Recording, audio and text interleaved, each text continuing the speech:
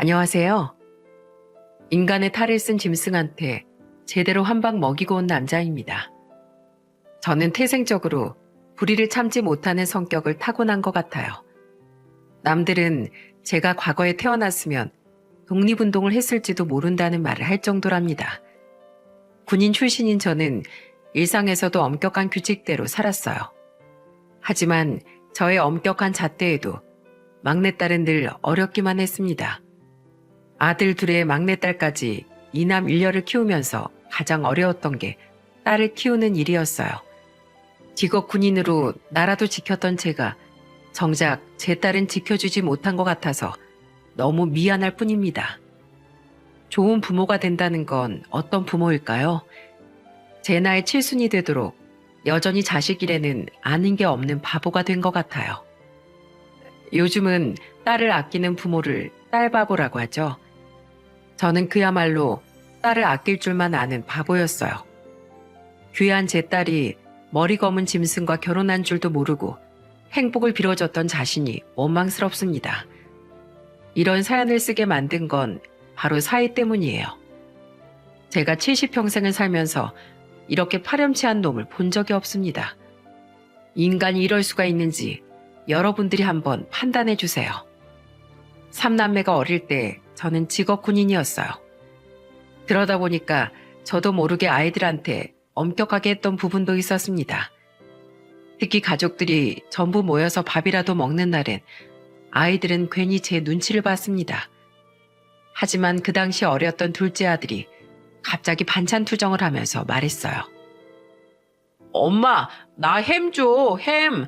나 햄 먹고 싶어. 어제 햄 다 먹어서 햄 없어. 오늘은 국이랑 해서 밥 먹자. 엄마가 저녁에 사다 둘게. 햄 먹고 싶어, 햄. 나 햄 줘. 둘째 아들이 갑자기 반찬 투정을 하면서 떼를 쓰기 시작했어요. 아내는 둘째를 어르고 달래려고 했지만 도무지 아들이 진정하지 않는 겁니다. 그때 저는 둘째 아들 보면서 호통을 치며 말했습니다. 김인호, 밥상머리에서 뭐 하는 거야? 너 그렇게 투정 부릴 거면 거실로 가 있어. 제가 호통을 치면서 말하니까 아들은 급기야 눈물을 터뜨렸어요. 하지만 저는 그 순간에도 밥상머리 교육이 제일 중요하다고 생각했죠. 그래서 저는 그 당시 초등학교 1학년이었던 아들한테 더 단호하게 소리쳤습니다. 너 학교에서도 햄 없다고 울 거야? 가족들 다 있는 밥상에서 뭐 하는 거야? 아빠가 어른들이랑 밥 먹는 자리에서 그러는 거 아니라고 했지? 잘못했어요.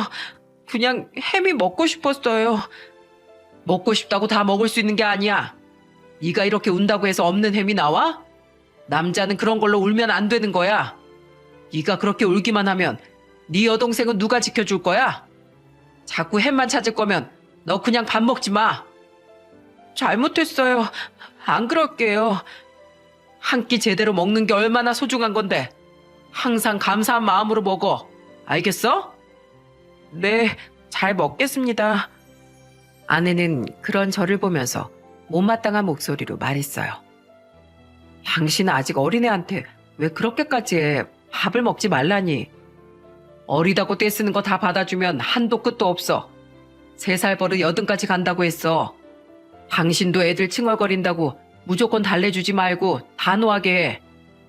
당신이야말로 여기가 집이지 군대야? 한 번쯤은 애들한테 좀 좋게 타일러줘. 저는 그때만 해도 아내의 말을 잘 이해하지 못했어요. 가만 생각해보니까 직업 특성상 의무와 책임을 갖고 일하다 보니까 습성이 집에서도 나오는 거예요. 그래서 저도 모르게 3남매까지도 엄하게 가르치고 있었던 겁니다. 저는 전혀 몰랐다가 아내의 말에 조금씩 깨달았어요. 그래도 첫째는 사춘기가 온 줄도 모르게 지나갔어요. 첫째가 이렇게 착하다 보니 둘째 아들과 막내딸도 바르게 잘 커졌습니다. 특히 막내딸은 전교에서 5등 안에 들 정도로 공부를 잘했어요. 게다가 착하고 배려심까지 깊었던 딸은 반에서 반장도 할 만큼 교우관계도 좋은 아이였습니다. 그래서 딸 생일에 아내는 딸의 친한 친구들을 초대해 집에서 생일 파티를 해주기도 했어요. 딸의 생일 파티 전날 딸은 신난 목소리로 말했습니다. 엄마, 내일 피자도 시켜줄 거야? 그래, 우리 딸 친구들 오니까 엄마가 시켜줄게. 또 뭐 먹고 싶은 거 없어? 엄마가 해주는 갈비찜? 떡볶이? 그건 네 입맛에만 맛있을 수도 있잖아. 친구들이 맛 없다고 하면 어떡해? 아니야. 저번에 친구들 왔을 때 엄마가 해준 떡볶이 친구들도 다 맛있다고 했어. 그래서 친구들도 엄마 떡볶이 기대하고 있는데. 진짜? 그래, 그럼 엄마가 우리 딸 기 좀 살려줘야겠네.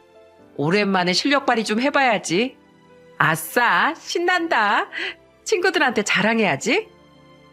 아내는 하나뿐인 막내딸을 위해서 최선을 다했어요.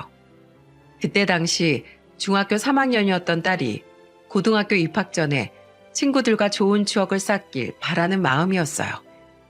지금이야 집에서 생일 파티하는 게 어색하지만 그때는 같은 아파트에 살거나 같은 반이면 서로 집도 편하게 오고 다녔거든요.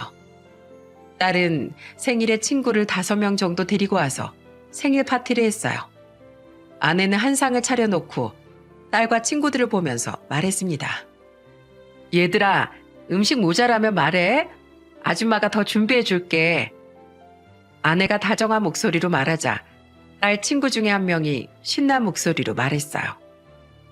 잘 먹겠습니다. 떡볶이 너무 맛있어요. 잘 먹어줘서 고마워. 더 먹고 싶으면 언제든 편하게 말해. 딸은 아내의 음식을 감탄하면서 먹는 친구들을 보면서 기뻐했어요. 아내도 딸이 기뻐하는 모습을 보니까 흐뭇해하는 것 같았습니다. 그때 제가 딸한테 신발을 건네면서 말했어요. 자, 효진아, 이건 아빠 선물. 우와, 진짜? 내 선물이야? 그래, 네가 저번에 갖고 싶다고 했던 그 운동화야. 우와, 나 이거 진짜 갖고 싶었는데 우리 반 애들 이 신발 하나씩 다 있어. 그랬어? 아빠가 너무 늦게 사줬네. 잘 신고 다녀. 딸은 선물로 준 신발을 신어보고 이리저리 살펴봤어요. 그리고 친구들한테 신발을 자랑하면서 말했습니다. 이거 봐봐. 나 여기 상표가 조금 다르지? 새로 나온 디자인이야. 우와, 진짜네? 새로 나온 거야? 효진이 좋겠다. 좋겠지? 우리 아빠가 사준 거야. 친구들한테 자랑하는 딸을 보면서 조금 일찍 사줄 걸 후회스러웠어요. 그렇게 딸의 생일 파티가 끝난 날, 저녁에 아내는 큰아들과 작은아들을 보면서 말했습니다. 너희들도 생일 파티 하고 싶어? 하고 싶으면 말해. 아니요. 남자들끼리 무슨 그런 파티를 해요. 효진이 내년에 또 한 번 더 해주세요. 남자애들이라 그런지 아들들은 손살을 쳤어요. 아무래도 딸과 아들은 성향이 많이 다르더라고요. 그래서 저도 아무래도 아들보다는 딸한테 더 신경이 쓰였어요. 10손가락 깨물어서 안 아픈 손가락은 없지만 딸이라 그런지 괜히 걱정이 많았죠. 세상이 험하다 보니까 아무래도 딸이 더 걱정스럽더라고요. 하지만 딸은 저희 부부가 괜히 노심초사하는 것보다 더 훌륭하게 자랐습니다. 서울에 있는 대학에 입학할 정도로 고등학교도 모범생으로 졸업했어요. 금지옥엽 귀한 딸이 대학교 입학 후 연애도 했었어요. 그때 만나던 남자친구가 의대생이었는데 딸한테 정말 헌신적이었죠. 우연히 퇴근하던 길에 누군가 딸을 데려다 주는 걸 보고 저는 깜짝 놀랐어요. 그런데 저랑 눈이 딱 마주친 딸이 저를 보면서 소리쳤던 거예요. 아빠! 효진아, 아빠 지금 퇴근하는 길이야. 친구랑 있었네? 아, 그게 여긴 내 남자친구야. 난생 처음 본 딸의 남자친구를 갑작스럽게 본 순간 심장이 덜컹하는 것 같았습니다. 놀란 표정으로 서 있는 저를 본 딸의 남자친구는 저한테 우렁찬 목소리로 인사하며 말했어요. 안녕하십니까? 저 효진이 남자친구 이정남이라고 합니다. 반갑네. 난 효진이 아빠야. 네, 말씀 많이 들었습니다. 효진이가 구급대원 아버지 자랑스럽다고 말 많이 했었어요. 아, 그랬어? 난 몰랐네. 여긴 효진이 데려다 주려고 온 거야? 저희가 시험 기간인데 오늘 공부가 늦게 끝나서요. 밤길 위험해서 데려다 주려고 왔어요. 그랬구나. 고마워. 우리 효진이 걱정이 많았는데 듬직한 남자친구가 있어서 내가 다 든든하네. 앞으로도 잘 부탁하네. 저는 딸의 남자친구를 보면서 어색한 인사를 나눴어요. 처음 본 딸의 남자친구는 씩씩한 목소리로 인사하는 걸 보니까 그래도 배짱이 있는 사람인 것 같아 다행이긴 했어요. 그날 저는 집에서 딸한테 물었어요. 효진아, 네 남자친구는 전공이 뭐야? 의대생이야. 공부도 잘하고 내가 배울 점도 많아. 얼마나 성실한데. 수업도 매일같이 엄청 열심히 들어. 뭐야, 벌써부터 아빠 앞에서 남자친구 편드는 거야? 쬐금 서운하려고 하네. 남자친구 몇 살이야? 동갑이야. 걱정 마. 공부도 잘하고 우리 둘 다 앞가림도 잘하고 있어. 제가 괜히 서운한 목소리로 말하니까 옆에 있던 아내가 딸을 보며 말했습니다. 여보, 당신이 그렇게 말하면 효진이가 부담스럽지. 젊은 애들끼리 연애하는데 괜한 질투하지 마. 난 그냥 어떤 사람인지 궁금해서 그랬지. 기왕 연애하더라도 우리 딸밖에 없는 사람 만나면 좋잖아. 전화에 하는 연애가 다 저렇지 뭐. 그냥 효진이 편하게 만나게 내버려둬. 아내는 아직 학생인 딸의 연애를 대수롭지 않게 생각했어요. 그저 젊은 시절 지나가는 연애라고 생각한 겁니다. 그래서 저도 그저 딸이 알아서 잘 만나겠거니 생각했어요. 그런데 딸의 연애가 2년쯤 흘러서 25살이 되던 해 딸의 남자친구와 같이 밥을 먹을 자리가 생겼어요. 딸이 먼저 정식으로 남자친구를 소개시켜주고 싶다는 말에 아내와 떨리는 마음으로 약속 장소로 갔죠. 대화도 하면서 밥을 잘 먹고 있는데 딸의 남자친구가 저를 보며 말했습니다. 아버님, 저 효진이랑 결혼하고 싶습니다. 4년 넘게 잘 만나왔어요. 효진이 제가 평생 행복하게 해줄 자신이 있습니다. 저는 갑작스런 딸의 남자친구 말에 너무 당황스러웠어요. 그래서 저는 딸의 남자친구를 보며 말했습니다. 결혼? 갑자기 그게 무슨 소리야? 저 효진이랑 결혼 생각까지 하면서 진지하게 만나고 있어요. 그러니까 저 믿어주십시오. 저 이렇게 보여도 사내 대장부 같은 사람입니다. 지금은 대학생 신분이지만 제가 꼭 열심히 해서 효진이 행복하게 해주고 싶습니다. 내가 지금 무슨 소리를 들은 거야? 자네, 우리 효진이 얼마큼 사랑하나? 말로만 대장부 스타일이라고 하지 말고 구체적으로 말해보게. 저 정말로 영원히 효진이를 행복하게 해줄 자신 있습니다.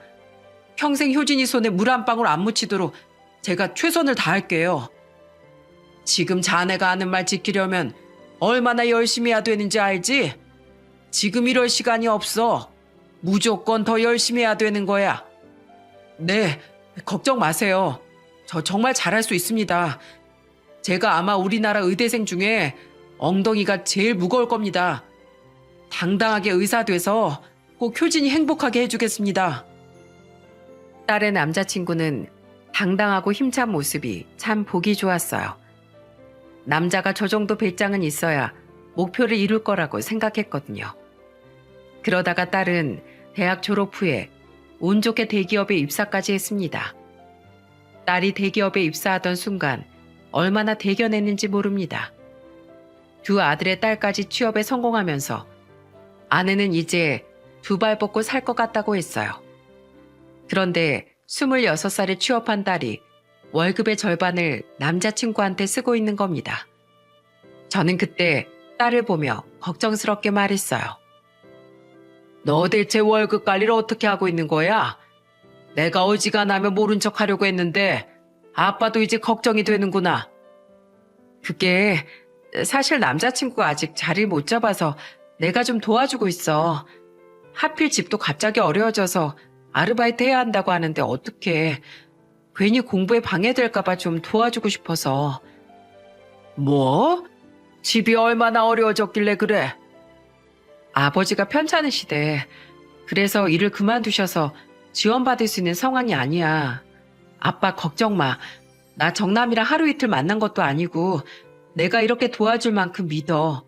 우리 5년도 넘었잖아. 그래도 사람 일이라는 게 모르는 건데 너무 그렇게 다 해주고 있는 거 아니야? 아니야. 내가 도와주면 정남이도 그만큼 날 위해서 노력해줘. 그러니까 너무 걱정 마. 그때 딸은 남자친구를 위해서 데이트 비용, 월세, 심지어 관리비까지 전부 다 도와주고 있었어요. 아무리 오래 만났어도 결혼한 사이도 아닌데 딸이 거의 뒷바라지까지 하고 있으니까 괜히 좀 신경 쓰였어요. 하지만 정말 사람 일을 모른다고 하죠. 딸은 정말 7년 정도 연애를 이어오다 결국 결혼까지 하게 됐어요. 극적으로 의사 면허를 취득한 사위는 당당하게 딸과 결혼까지 하게 된 거죠. 저는 과거에 사위가 제 앞에서 당당하게 했던 말처럼 딸을 행복하게 해줄 거라고 믿었어요.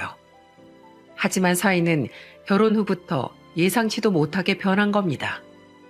결혼 후에 딸은 아들을 둘이나 낳고 살았어요. 그런데 사위가 40쯤 되니까 점차 변하기 시작했던 거죠. 워낙 속 깊었던 딸이라 저와 아내한테는 일절 말하지 않았어요. 그때는 저도 은퇴하고 아내와 노후를 보낼 때였는데도 딸은 10년간의 결혼 생활 동안 힘든 걸 말하지 않던 겁니다. 그런데 한 번은 딸이 사위도 없이 두 손자를 데리고 집에 왔던 날 큰손자의 말에 깜짝 놀랐어요. 거실에서 두 손자를 보고 앉아 있는데 유치원을 다니던 큰손자가 딸을 보며 엉뚱한 목소리로 말했습니다. 엄마, 어젯밤에 왜 울었어? 무슨 소리야? 엄마가 언제 울었어? 아니야, 엄마 어제 내 방에서 나 자는 거 보다가 울었잖아. 아니야, 엄마가 눈에 뭐가 들어가서 그랬어. 눈에 뭐가 들어갔길래 그랬어? 내가 호호해 줄게. 저는 큰손자의 말에 깜짝 놀랐어요. 큰손자가 거짓말하는 것 같지 않았거든요. 그래서 저는 딸을 보면서 다시 한번 물었습니다. 이게 무슨 소리야? 너 애 앞에서 울었어? 울긴 누가 울어? 아니에요. 밤에 내가 하품해서 그런 거야. 아까 눈에 뭐가 들어간 거라면서 왜 자꾸 말이 달라져? 무슨 일이야? 네 남편이 속 썩히는 거야? 정말 아니야. 그 사람이 그럴 사람이 아니잖아. 애들 키우다 보면 애들 엄마들 자주 울어. 애 보는 게 힘들어서 그렇지. 신경 쓰지 마. 딸이 횡설수설하면서 하는 말에 저는 의심스러웠습니다.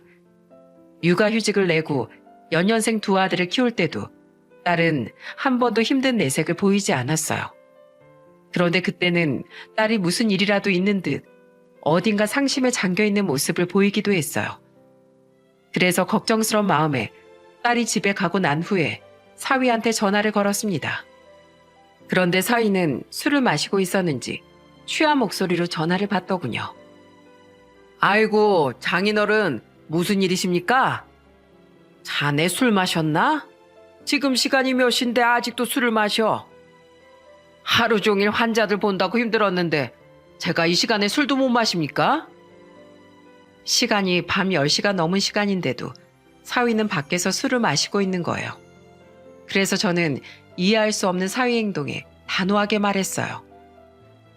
어린 아들이 둘이나 있는 사람이 이 시간에 밖에서 술을 마시고 있다는 게 말이 되는 거야? 일찍 가서 애들도 보고 집안일도 같이 해줘야지. 아, 그걸 제가 왜 해요? 그런 건 돈 덜 버는 사람이 해야죠. 제가 집에 벌어온 돈이 얼만 줄이나 아세요? 뭐야? 자네 지금 그게 무슨 말인가? 부부 사이에 그런 걸 따지면 어떡하나? 이렇게 무책임한 사람이었어? 저도 힘들어서 그럽니다. 힘들어서. 잔소리 말고 얼른 집으로 가. 자네 12시 전까지도 집에 도착 안 했으면 내가 가만 안 둘 거야. 저는 처음으로 사위한테 큰 소리를 쳤습니다. 솔직히 부부 사이에 저런 식으로 급을 나누듯 말하는 게 말이 됩니까? 부부는 서로 힘을 합쳐서 가정을 꾸려가야 하는데 저런 식으로 말하면 죽도 밥도 안 된다고 생각했습니다. 사위한테 충격받은 마음을 어디에도 털어놓을 길이 없었어요. 딸은 숨기고 싶어 하는데 제가 일부러 말을 꺼내기도 어렵더라고요. 그런데 다음 날 딸한테 한 통의 전화가 걸려온 겁니다. 딸은 미안한 목소리로 저한테 해명을 하려고 했어요. 아빠, 어제 남편이랑 통화했다며. 그 사람 어제 회식이라 그랬어. 원래는 일찍 들어와. 지금 집에 들어오는 게 문제야? 어제 말하는 거 들어보니까 완전히 널 무시하면서 말하던데 대체 둘이 어떻게 살고 있는 거야? 그 사람이 그랬다고? 대체 무슨 말을 했길래? 자기가 돈 좀 더 번다고 육아랑 집안일은 네가 해야 된다고 하더라. 부부가 그런 마음으로 살면 될 것도 안 되는 거야. 아빠, 죄송해요. 그 사람이 그런 사람이 아닌데 술 때문에. 술이 문제가 아니야, 술이. 술김에 진심이 나온 걸까 봐. 그래서 아빠가 걱정하는 거야. 효진아, 너 이서방이랑 문제 없는 거 맞아? 무슨 문제가 있어. 아무런 문제 없어. 걱정 마. 괜히 속만 시끄럽게 만들어서 죄송해요. 제 말에 괜히 딸이 사과하는 게 마음이 안 좋았어요. 딸이 결혼하고 아이를 낳고 살다가 10년 만에 이런 위기를 알게 되니까 딸이 걱정되더라고요. 그런데 이런 문제가 한번 보이고 나니까 계속해서 보이기 시작하는 겁니다. 한 번은 아내 생일에 딸과 사위, 손자들이 왔던 적이 있었어요. 딸이 사위와 같이 왔는데 사위가 오자마자 거실에 누워버리는 겁니다. 그러더니 너무 자연스럽게 딸을 보며 소리쳤어요. 여보, 밥은 언제 먹어? 배고픈데 뭐라도 간단하게 미리 좀 줘봐. 우리 지금 도착했잖아. 먹을 게 어딨어. 아, 그런 시간 계산을 하고 왔어야지. 배고파 죽겠네. 당신 진짜 너무한 거 아니야? 쉬는 날까지 내가 밥도 제대로 못 챙겨 먹어야겠어? 아, 좀 기다려봐. 애들도 가만히 있는데 왜 당신이 난리야? 딸은 배고프다고 투덜거리는 사위가 익숙한 듯 대답하는 겁니다. 그래서 저는 사위를 보면서 호통을 치며 말했어요. 자넨 손이 없나 발이 없나? 배고프면 자네가 주방에 가서 라면이라도 끓여 먹던지 하게. 아니, 저 아침도 제대로 못 먹고 왔단 말이에요. 다 큰 어른이 그것도 못 참어? 대체 사회생활을 어떻게 하는 거야? 오늘 자네 장모 생일인데 괜한 짜증 부릴 거면 그냥 가게. 왜 그러세요? 가만히 있을게요. 장인어른 요즘 저한테 화난 거 있으세요? 왜 이렇게 저만 보면 화를 내세요? 그걸 진짜 모르나? 자네가 잘한 게 있어야 예뻐하지. 배고프다고 처가에서 투덜거린 사위 뭐가 예쁘다고 좋은 소리를 해줘. 그래도 의사 사이 대접 좀 해주세요. 그놈의 의사 사이가 뭐가 대수라고 나한테 대접을 바라나. 대접받고 싶으면 병원에서 살아. 자네가 지금 이 집에 의사로 온 게 아니라 사위로 온 거야. 자네부터 사위 노릇 좀 해. 그리고 나도 앉아있는데 자네가 뭐라고 거실에 누워있어? 당장 일어나. 제가 호통을 치면서 말하니까 사위도 그제야 똑바로 앉고 고개를 푹 숙이더라고요. 그런데 옆에 있던 손자들이 사위를 보면서 장난치듯 말했습니다. 아빠 할아버지한테 혼났다. 혼났어. 아빠도 잘못했으니까 손 들고 서 있을 거야? 손주들의 말에 저는 사위를 보면서 비아냥거리며 말했습니다. 잘못했으면 어른도 혼나는 거야. 알겠지? 할아버지가 예전에 군인이었어. 잘못하면 할아버지한테 아빠도 홍군형 날 거야. 우와, 할아버지 짱 멋있어요. 여기 막 총도 있어요. 손자들은 거실에 있던 군인 시절 저의 사진을 보며 감탄했어요. 그제야 사이가 놀란 듯한 표정으로 손자들을 돌보기 시작했습니다.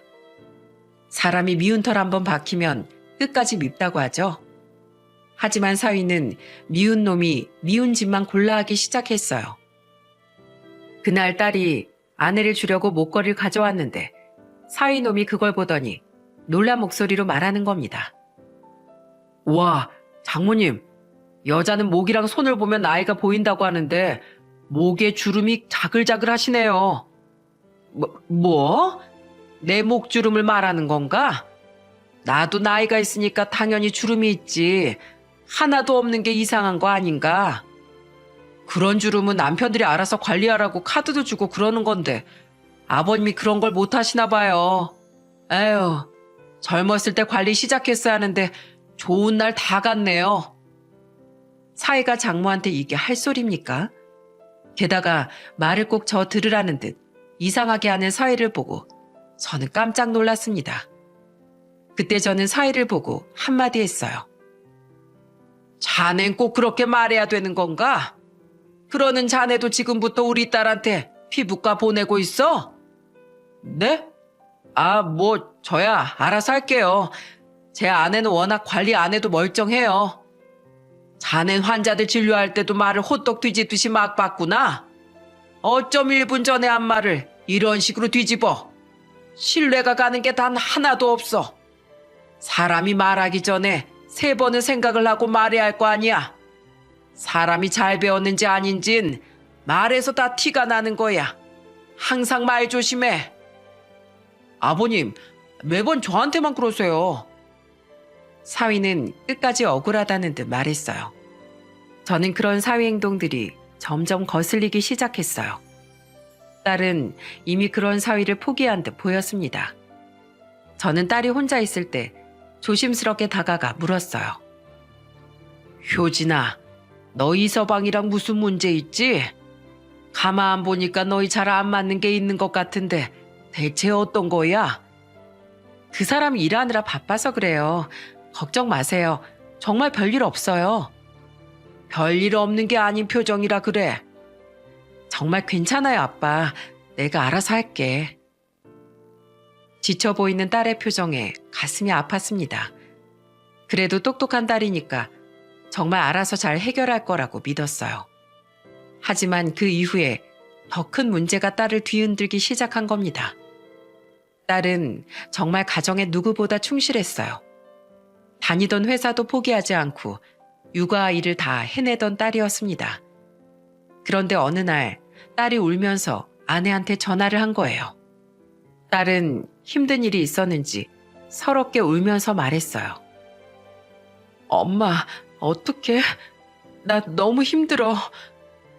뭐야, 효진아, 너 무슨 일이야? 저는 놀란 아내 목소리에 전화기를 스피커로 설정하고 같이 받았습니다. 그런데 그때 딸이 아내 목소리를 듣자마자 슬픈 목소리로 말했어요. 엄마, 나 유방암이래. 어떡해? 너무 무서워. 뭐? 유방암이라고? 아니, 갑자기 그게 무슨 소리야? 겨드랑이 쪽에 멍울이 잡혀서 병원에서 검사 받아봤는데 나 유방암이래. 어떡하면 좋아? 효진아, 아직 젊은 네가 무슨 그런 병에 걸린 거야? 이게 무슨 일이야 대체? 이서방은 알아? 아니, 아직 몰라. 이서방도 많이 놀랄 텐데 어떡하니? 그래도 네 남편이 의사잖아. 괜찮아. 걱정하지 마. 아내는 불안에 떠는 딸을 다독였어요. 하지만 딸은 겁을 잔뜩 먹고 울고 있었어요. 그래도 저와 아내는 사위가 의사니까 방법을 찾을 거라고 믿었습니다. 하지만 힘든 상황에 사람의 본색이 나타난다고 하지 않습니까? 그때 저는 상상도 못할 사위의 실체를 마주하게 된 겁니다. 그 후 딸은 수술 날짜를 잡고 병원에서 회복 중이었어요. 수술 후에도 항암 치료와 방사선 치료를 받아야 한다고 하는 겁니다. 그래서 저는 아내와 같이 딸의 병원으로 가서 정확한 상태를 보려고 했어요. 그런데 딸의 병실 앞에서 저와 아내는 딸과 사위의 다투는 듯한 대화 소리를 듣게 됐습니다. 사위는 딸한테 언성을 높이면서 소리치고 있더라고요.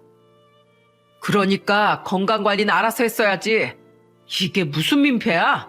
안 그래도 바빠 죽겠는 사람을 자꾸 오라가라 해야겠어? 당신이 어떻게 나한테 그럴 수가 있어? 당신 전문의 따기 전에 집안 어려워져서 내가 뒷바라지했어. 당신 그 자리 갈 수 있게 밀어준 사람이 나라고. 내가 당신 월세 관리비 내줄 때 나한테 뭐라고 했는지 기억은 나? 그때 당신 나한테 늙어 죽을 때까지 행복하게 해준다고 했었어. 근데 당신이 어떻게 나한테 그럴 수가 있어? 그때는 당신이 이렇게 아플 줄 몰랐지. 그러니까 누가 아프래? 그리고 어지간하면 좀 씻어. 냄새 나서 같이 못 있겠네. 내 체면도 좀 생각해야지. 의사들끼리 한 달이 건너면 다 아는 사이인데 당신이 이렇게 거지처럼 있으면 내가 뭐가 되냐? 아파도 뭐 좀 찍어 발라봐. 지금 여자가 아니라 그냥 환자 같아. 오늘 내일 하는 환자 같다고. 당신 의료사고 났을 때도 내가 옆에서 얼마나 고생했는지 알기나 해? 피해자 보호자한테 무릎 꿇고 빌기까지 했어. 당신 진짜 천벌받을 거야. 나 절대 당신 용서 못해. 사위와 딸의 대화에 정말 기겁했습니다. 이게 말이 됩니까? 아픈 딸한테 폭언을 하고 있는 사위한테 분노가 치솟았어요. 그래서 저는 병실 문을 벌컥 열면서 소리쳤습니다.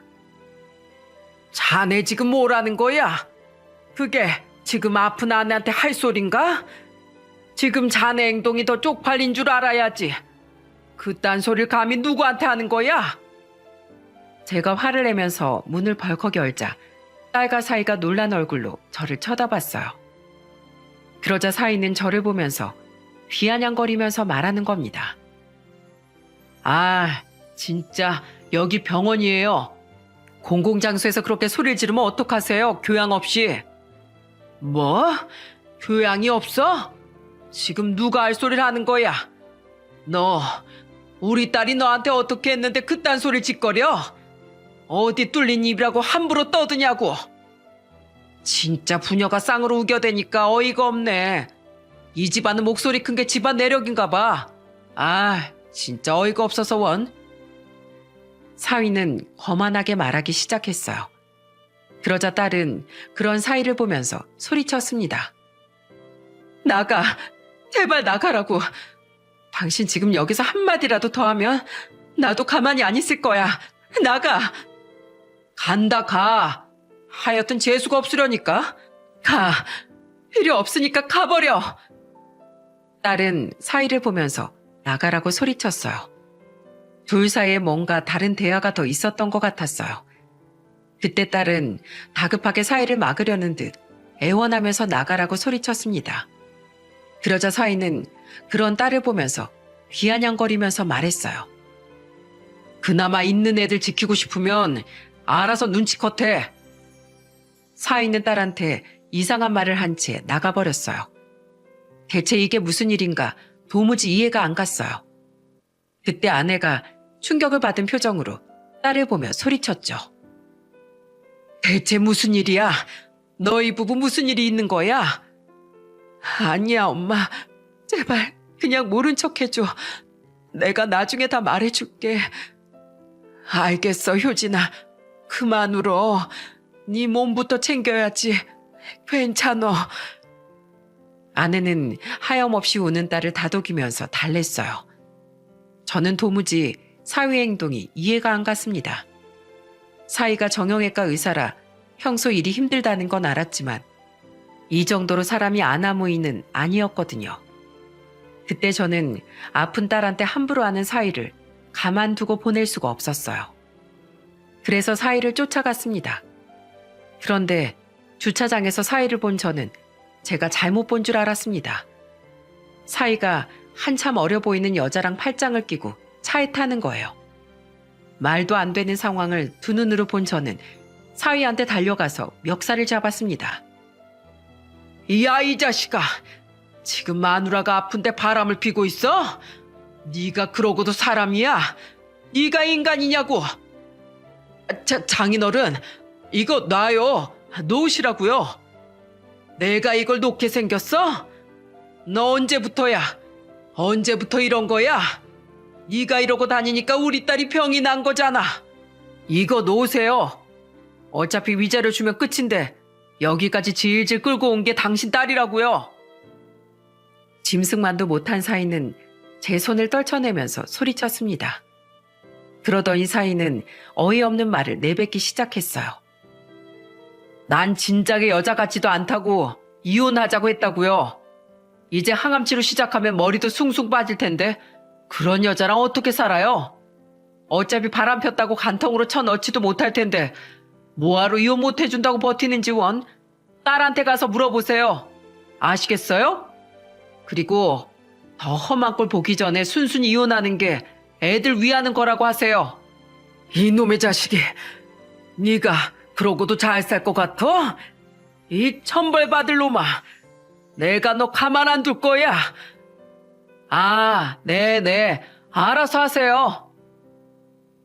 저는 사위의 실체를 알게 된 후 하늘이 무너지는 것 같았어요.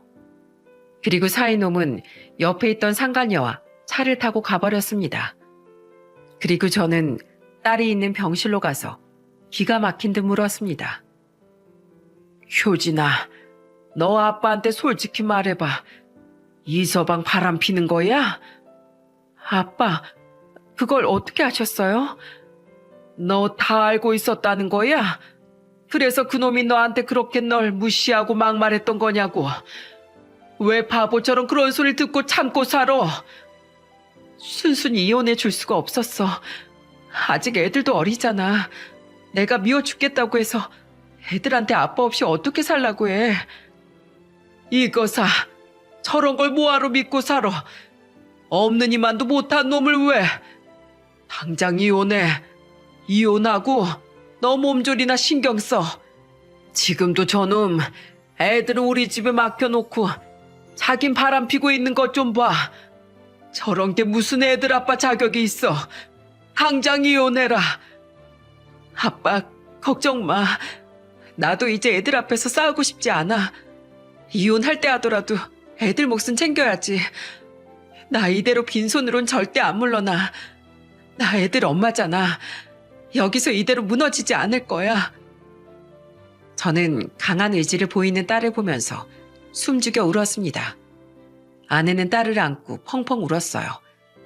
10년이면 강산도 변한다는데 딸은 결혼 생활 15년 만에 변한 사위를 보면서 혼자 속이 썩어갔던 겁니다. 그렇게 딸은 유방암 수술 후 통원 치료를 하게 됐어요. 그리고 딸은 사위와 조건을 걸고 협의 이혼을 했어요. 딸이 사위놈한테 건 조건은 이랬어요. 살고 있는 아파트와 매달 양육비 인당 100만 원씩 200만 원을 주는 게 조건이었습니다. 그때 딸은 상간녀한테 위자료 청구 소송도 걸 만큼 악에 받쳐 있었죠. 하지만 사위놈은 그런 상황에도 딸을 무시하면서 이런 말을 했다고 했습니다. 네가 위자료 소송해봐야 그깟 위자료 물어주고 말지. 너처럼 여자 같지도 않은 사람이랑 사느니 이혼이 100번 낫다. 항암 치료하면서 빠지는 머리나 잘 관리해. 더 해골 같아질라. 너야말로 그딴 식으로 살지 마. 네가 조강지쳐 버리고 잘 살 것 같아? 너 같은 놈은 얼마 못 가서 망할 게 눈에 훤해. 나중에 나한테 나타나서 살려달라고 빌지나 마. 결국 딸은 끝까지 사위놈과 막말을 하면서 겨우 이혼할 수 있었어요.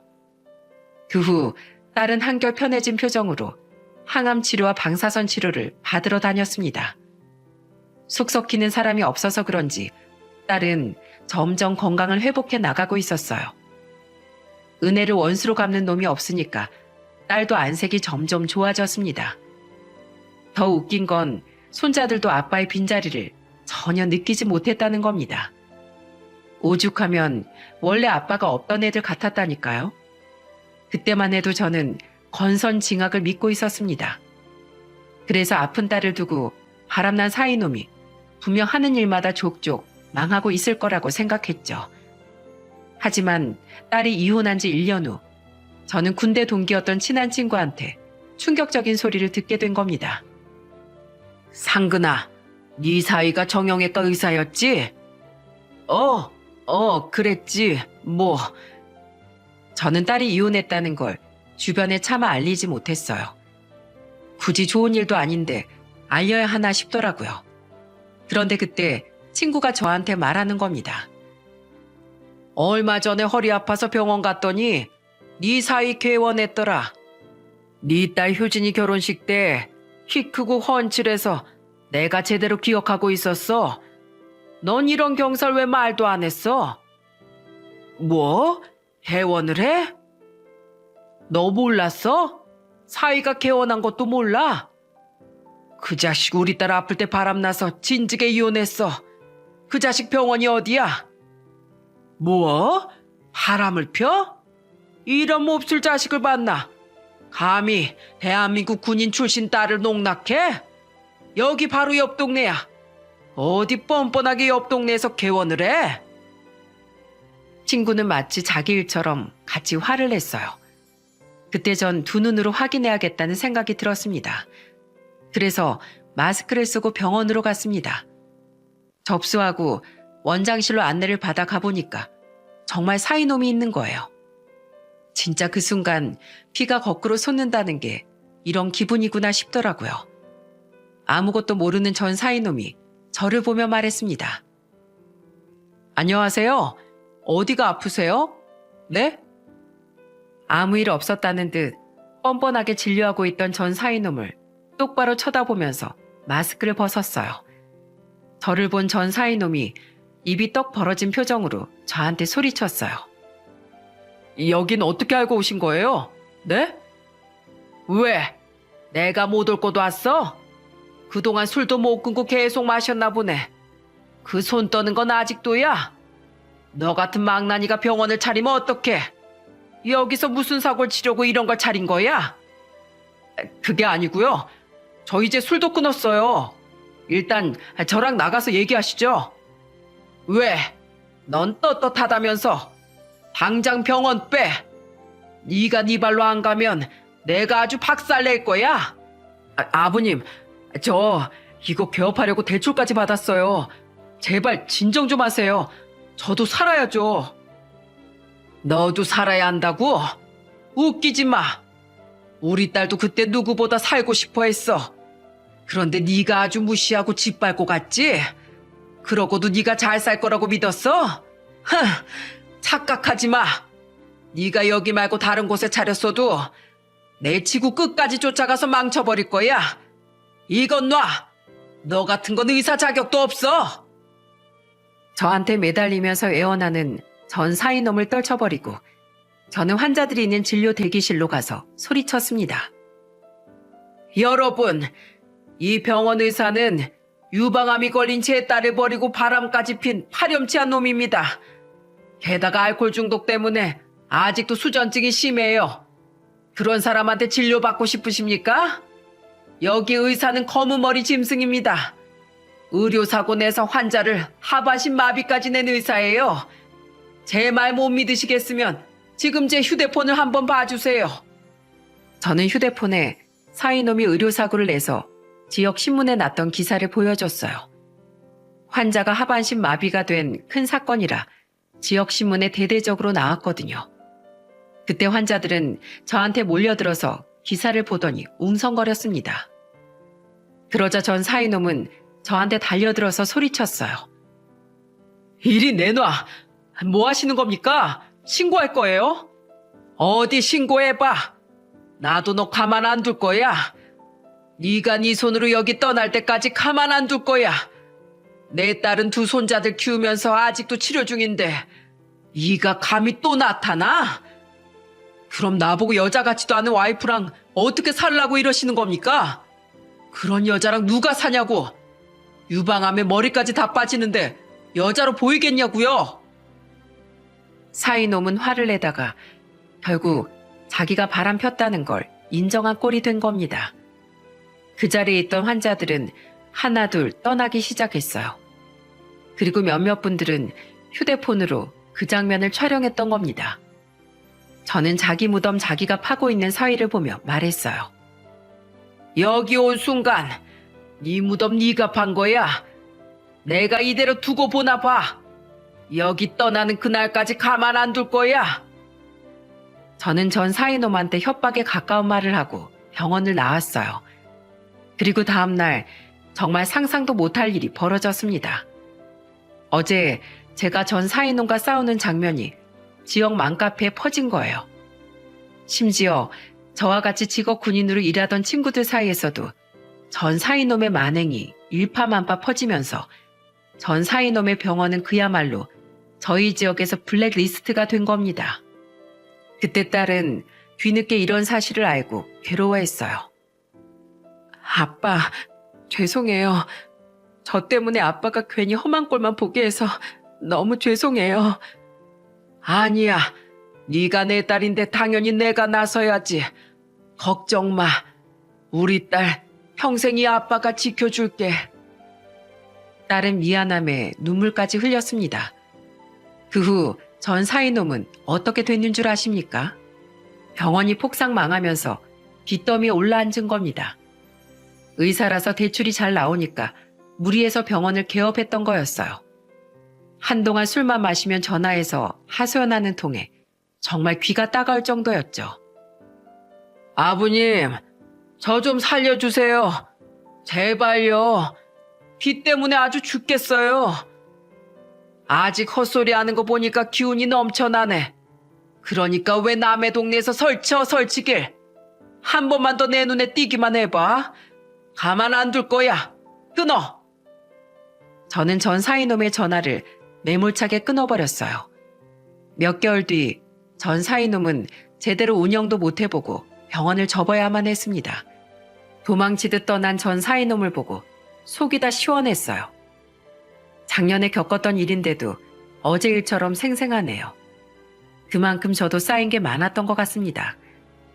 지금 제 딸은 많이 호전된 상태라 체력도 많이 회복됐습니다. 혼자서 두 아들을 아주 훌륭하게 키우고 있어요. 잘 지내고 있는 와중에 이런 사연을 보내게 된 이유는 하나입니다. 요즘 이혼은 별것도 아니라고 하죠. 하지만 이혼도 결국 사람한테 상처를 주는 일이잖아요. 특히 외도는 인간적으로 큰 상처를 주는 짓이랍니다. 평생 행복하게 살자고 결혼했는데 이런 식으로 뒤통수를 치는 게 인간이 할 짓입니까? 사람이라면 저는 인간답게 살아야 한다고 생각해요. 정말 기본적인 의리도 못 지키는 인간은 애초에 결혼하면 안 될 인간일 거예요. 제 딸이 이혼 후에도 가슴앓이 했던 기억이 떠오르면 저도 가슴이 미어집니다. 제 2의 인생을 살겠다고 결혼을 결심했다면 꼭 의리 있게 살았으면 좋겠어요. 제 긴 사연 들어주셔서 정말 감사드려요. 손주들과 딸이 잘 살 수 있도록 따뜻한 응원의 한마디 부탁드릴게요.